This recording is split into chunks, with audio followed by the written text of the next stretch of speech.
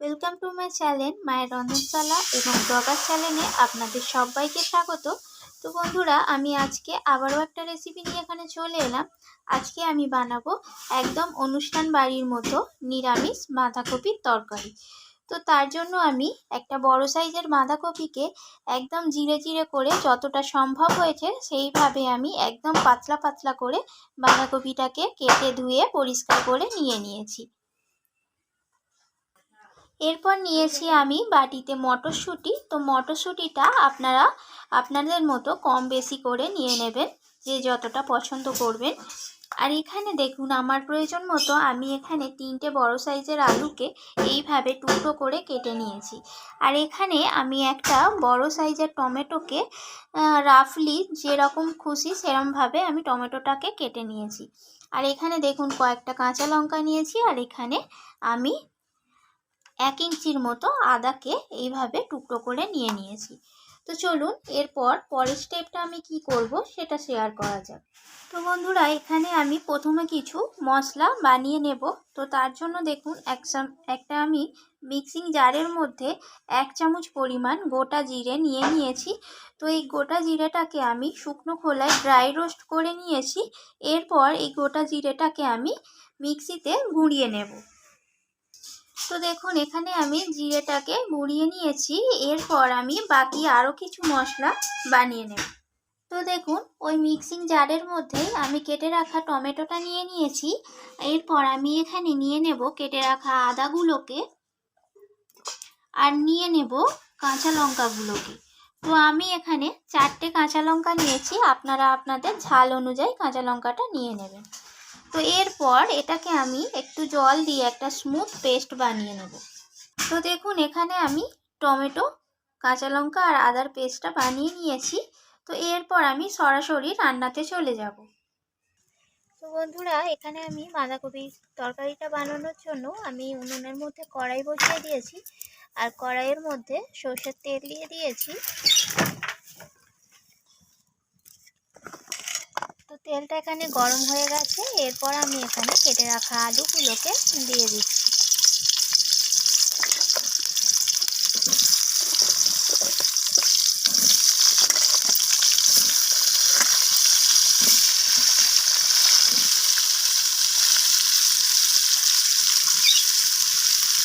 তো আলুর মধ্যে আমি নুন দিয়ে দিলাম।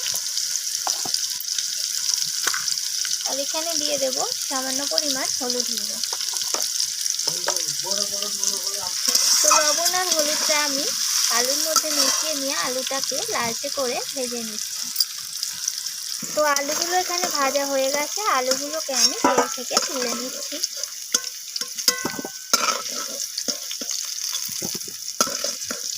তো এরপর ওই একই তেলের মধ্যে আমি দিয়ে দিলাম 5 ফোড়ন 7 চামচের মতো, আর তেজপাতা, আর দিয়ে দিলাম শুকনো লঙ্কা।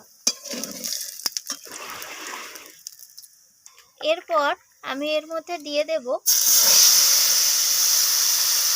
আদা, কাঁচা লঙ্কা আর টমেটোর পেস্টটা। তো আমি আদা, কাঁচা লঙ্কা, টমেটোর পেস্টটাকে ফোড়নের সাথে আমি নাড়াচাড়া করে কষিয়ে নিচ্ছি। তো এরপর আমি এখানে মশলা অ্যাড করে দিচ্ছি। প্রথমে দিলাম হলুদ গুঁড়ো প্রয়োজন মতো, আর দেব লাল লঙ্কার গুঁড়ো। অবশ্যই ঝালটা বুঝে ইউজ করতে হবে, তার কারণ প্রথমে আমি একবার কাঁচা লঙ্কা পেস্ট করেছিলাম। আর দিয়ে দিলাম 1/2 চামচের মতো জিরে গুঁড়ো। তো এরপর সমস্ত কিছু মশলা আমি ভালোভাবে নাড়াচাড়া করছি এইভাবে। তো এরপর স্বাদ অনুযায়ী এখানে লবণ দিয়ে দেব। তো লবণটা দেওয়ার পর আমি আবারও কষিয়ে নিচ্ছি এইভাবে। তো মশলা থেকে তেল ছাড়তে শুরু করে দিয়েছে। এরপর আমি এখানে দিয়ে দেব বাঁধাকপিটা কেটে রেখেছিলাম জিরে জিরে করে, সেই বাঁধাকপিটা আমি এখানে দিয়ে দিলাম। তো বাঁধাকপিটা দেওয়ার পর আমি মশলার সাথে বাঁধাকপিটাকে কষাতে থাকছি। তো বাঁধাকপিটাকে এভাবে ভালোভাবে মশলার সাথে কষিয়ে নিতে হবে। তো এইভাবে ভালোভাবে হাতে সময় নিয়ে বাঁধাকপিটাকে কষিয়ে নিতে হবে।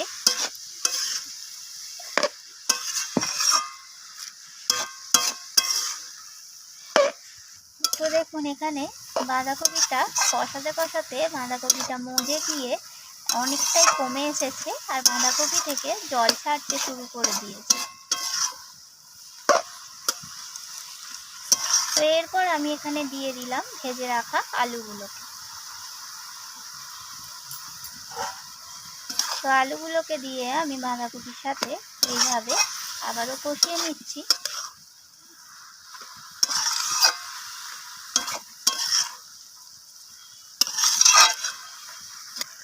তো আমি এখানে মশলার বাটি ধোয়া জলটা এখানে দিয়ে দেব। বাঁধাকপিতে খুব বেশি জলের প্রয়োজন পড়ে না, তাই 2 চামচের মতো জল নিয়ে আমি মশলার বাটি ধোয়া জলটা এখানে দিয়ে দিচ্ছি।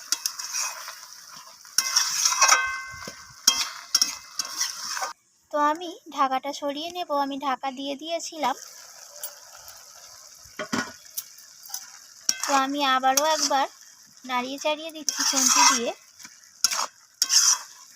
তো এরপর আমি এখানে মটরশুঁটিগুলো দিয়ে দিচ্ছি। মটরশুঁটিগুলো আমি এখনই দিলাম, তার কারণ প্রথমে যদি আমি দিয়ে দিতাম মটরশুঁটিগুলো গলে যেত, তখন কিন্তু বাঁধাকপি খেতে ভালো লাগতো না।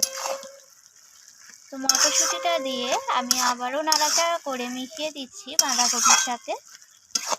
তো এরপর আমি এখানে যে ভাজা জিরেটা গুঁড়িয়ে রেখেছিলাম, তো সেই জিরেটা আমি এখানে 1/2 চামচের মতো দিয়ে দিলাম।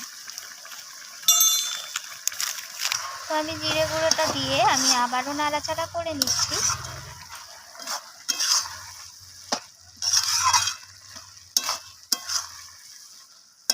তো এরপর আমি এখানে 1/2 চামচের মতো চিনি দিয়ে দিচ্ছি।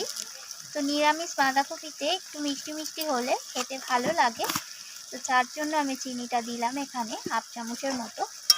তো চিনিটা দেওয়ার পর আমি আবারও নাড়াচাড়া করে এইভাবে কষিয়ে নিচ্ছি। তো আমি আবারও ঢাকা দিয়ে এটাকে সিদ্ধ করে নেব, আর জলটা ততক্ষণে অনেকটাই টেনে আসবে, তারপর আমি আবারও ফিরে আসছি। তো দেখুন এখানে আমি ঢাকাটা সরিয়ে নিয়েছি আর বাঁধাকপিটা একদম রেডি হয়ে গেছে, জলটাও টেনে এসেছে। তো এখন আমি এর মধ্যে 1/2 চামচের মতো গরম মশলা সানরাইজের অ্যাড করে দিচ্ছি। তো গরম মশলাটা দিয়ে আমি আবারও নাড়াচাড়া করে নিচ্ছি বাঁধাকপির সাথে মিশিয়ে নিয়ে। আর এখানে দিয়ে দেব আমি 1 চামচের মতো ঘি। তো ঘিয়ের ফ্লেভারটা বাঁধাকপির মধ্যে কিন্তু দারুণ লাগবে। তো আমি সব কিছুকে এইভাবে আবারও নাড়াচাড়া করে মিশিয়ে নিচ্ছি। তো এরপর আমি একটা সার্ভিং প্লেটে এটা আপনাদের সাথে পরিবেশন করে তারপর শেয়ার করছি। তো দেখুন এখানে তৈরি হয়ে গেল অনুষ্ঠান বাড়ির মতো একদম নিরামিষ বাঁধাকপির তরকারি। তো এইভাবে আপনারাও তরকারিটা বানিয়ে দেখুন, গরম ভাতের সাথে কিন্তু দারুণ লাগবে খেতে। আর তার সাথে যদি রুটি, পরোটা, লুচি হয় তাহলে তো আর কোনো কথাই হয় না। তো বন্ধুরা, রান্নাটি কেমন লাগলো অবশ্যই আমাকে কমেন্ট করে জানাবেন, আর ভালো লাগলে একটা লাইক করে দেবেন, আর আপনাদের বন্ধুদের সাথে রান্নাটি শেয়ার করে দেবেন। তো আমার চ্যানেলটিকে সাবস্ক্রাইব করে চ্যানেলের পাশে থাকার অনুরোধ রইল। তো আমি ফিরে আসবো আবারও অন্য কোনো রেসিপি নিয়ে। আজকের মতো এইটুকু। ধন্যবাদ বন্ধুরা।